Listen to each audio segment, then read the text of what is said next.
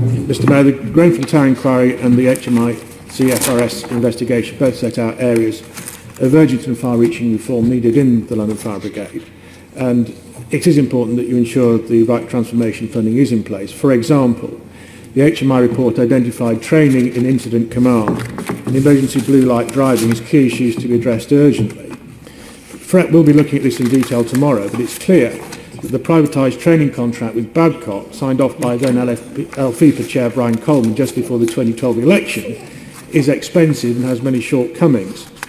Will you ensure the LFB has the necessary resources to build the required training packages and assurance arrangements, including, if necessary, the renegotiation of the Babcock contract, so as to ensure that public and firefighters are kept safe? Yeah, Chair, it's an important point. If I'm allowed to agree with the assertion in the question raised by Assembly Member Dismore, you'll be aware that we, unlike previous mayors who cut budgets for the LFB, have invested, and so there is £2.3 million in the budget for training, and we'll keep an eye on any recommendations from the Commissioner to the points raised by Assembly Member Dismore. Thank you for that. And while there remain hundreds of buildings in London with ACM or other unsafe cladding, and we're not talking not just about tower blocks here, the Fire Brigade faces considerable uncertainty and demand as a result of this. They're having to carry out weekly checks on interim security measures at all buildings where stay put has been suspended, for example with Waking Watch, currently around 250 buildings across the capital. And there's still no national guidance about stay put from the National Fire Chiefs Council, whose expert steering group only met for the first time in December, 2.5 years on after Grenfell, to agree the scope of an evidence review into stay put and evacuation. And Kit Malthouse MP, the Fire Minister, said that the Home Office will only begin the tendering process for the first package of research required next month.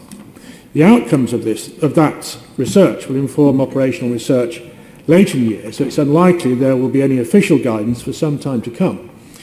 Meanwhile, the Fire Brigade also faces a more demanding operational response given concerns over stay put and simultaneous evacuation. Do you agree this state of affairs is pretty worrying, and will you ensure the Brigade are both resourced to deal with it, and will you put pressure on the government to actually get on with this and produce some clear guidance? No, we continue to put pressure on the government to get on with it, as you would say. I met with members of the Grenfell Tower community last week, bereaved families, survivors, and they're really distressed, not just in relation to what's happening with the inquiry and their families, but also the fact that there are still buildings across the city and the country that are unsafe.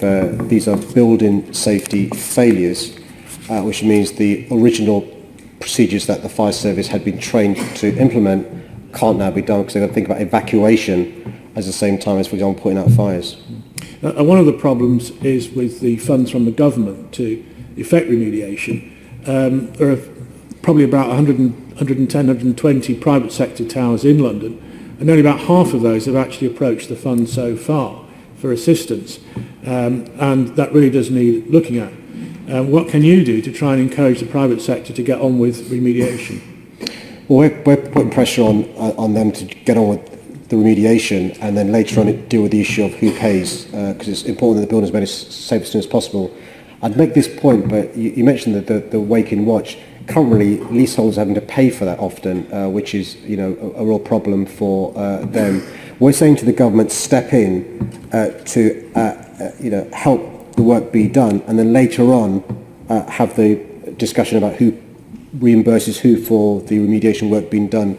Because in the meantime, you've got buildings that are clearly unsafe, and the temporary measures are more expensive in the long term. So it makes more sense to get this done as soon as possible, and then later on deal with the issue of who pays. And in relation to social housing, the government obviously made clear they're only going to pay for ACM cladding on tall buildings.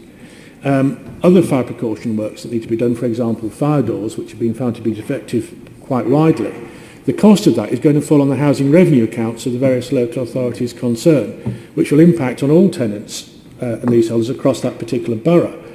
And that will also have, therefore, a knock-on effect on other repairs and refurbishments. Do you think that's fair? It's not, and can I just share with the Assembly that already some of those housing associations who had committed to start building more affordable homes are getting a bit concerned because they're worried they may have to divert that money for new homes towards doing the remediation work you referred to. That's why it's really important for the government to step in and help sort this out.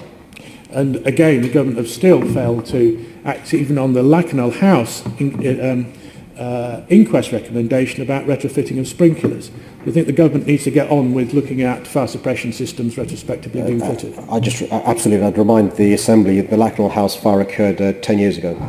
And the last point I'd like to put to you, Mr Mayor, is this morning at Grenfell Inquiry Phase 2, the building contractors asked for immunity from prosecution for anything that they say at the inquiry. Do you think that's fair? I think, going from the conversations I've had with survivors and bereaved families, they would find it outrageous that anybody who is culpable and liable should escape that, and it's really important that justice happens. Well, thank you for that, and I think certainly I would share that sentiment that people ought to come clean with what they've been up to and give the survivors and their relatives some comfort that they will actually get to the bottom of the story, no matter how many years it takes. Yeah.